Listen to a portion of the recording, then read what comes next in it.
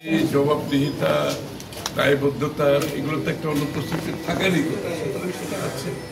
এবং এই জন্য সবাই যত তাড়াতাড়ি নির্বাচনী প্রক্রিয়ার মাধ্যমে নির্বাচিত সরকার আসবে শেষ, এবং একটা নির্বাচিত সরকার যারা জনগণকে দায়বদ্ধ থাকবে, জবাবদিহি থাকবে, এবং যাদের একটা জনগণের শক্তি নিয়ে সরকারের যে বিভিন্ন সংস্থাগুলোকে পরিচালনা করার পিছন থেকে যে শক্তিটা সেটা জনগণ, সেটার জন্য সবাই অপেক্ষা করছে। এবং নুরু বলল সেটা, সে বলল যে যত তাড়াতাড়ি আমরা যদি নির্বাচনটা করতে পারি অন্তত এখান থেকে বেরিয়ে আসতে পারবো এরকম পরিস্থিতি। অন্তর্বর্তী সরকার তো বলেছে যে তো আমরা যেটা দেখতে পাচ্ছি কিছু রাজনৈতিক দল আসলে নির্বাচন চাচ্ছে, এটা কি নির্বাচনের কোনো বাধা কিনা, আপনাদের অবস্থানটা কি, বিএনপির অবস্থানটা? না, চাইতেই পারে, সেটাও সত্যি নেই।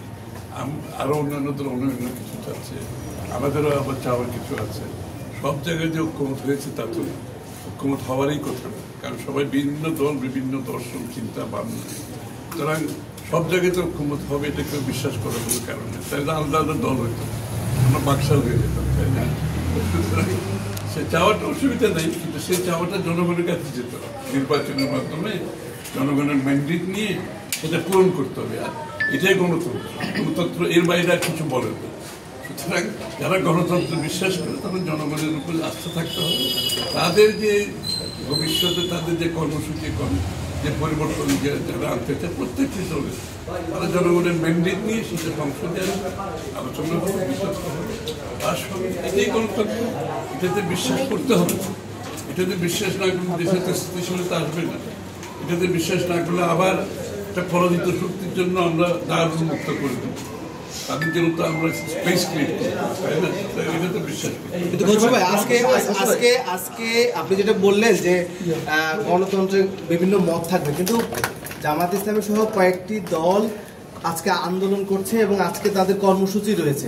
সেইটা কি নির্বাচন যখন ফেব্রুয়ারিতে আপনি বলছেন এবং গণতন্ত্র উত্তরণের পর খুব কাছাকাছি সময়ে, এতদিন সময় করেনি কিন্তু খুব কাছাকাছি সময়ে এই ধরনের কর্মসূচি কি আপনি আসলে কি একেবারে দিতে পারবো?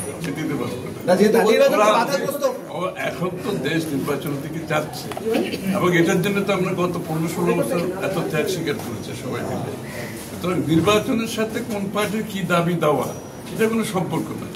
তাদের দাবি দেওয়া থাকতেই পারে, সেই দাবি দেওয়া নিয়ে তারা জনগণের কাছে যেতে হবে, জনগণের ম্যান্ডেট নিয়ে সংসদে আসবে, পাশ করতে পারবে।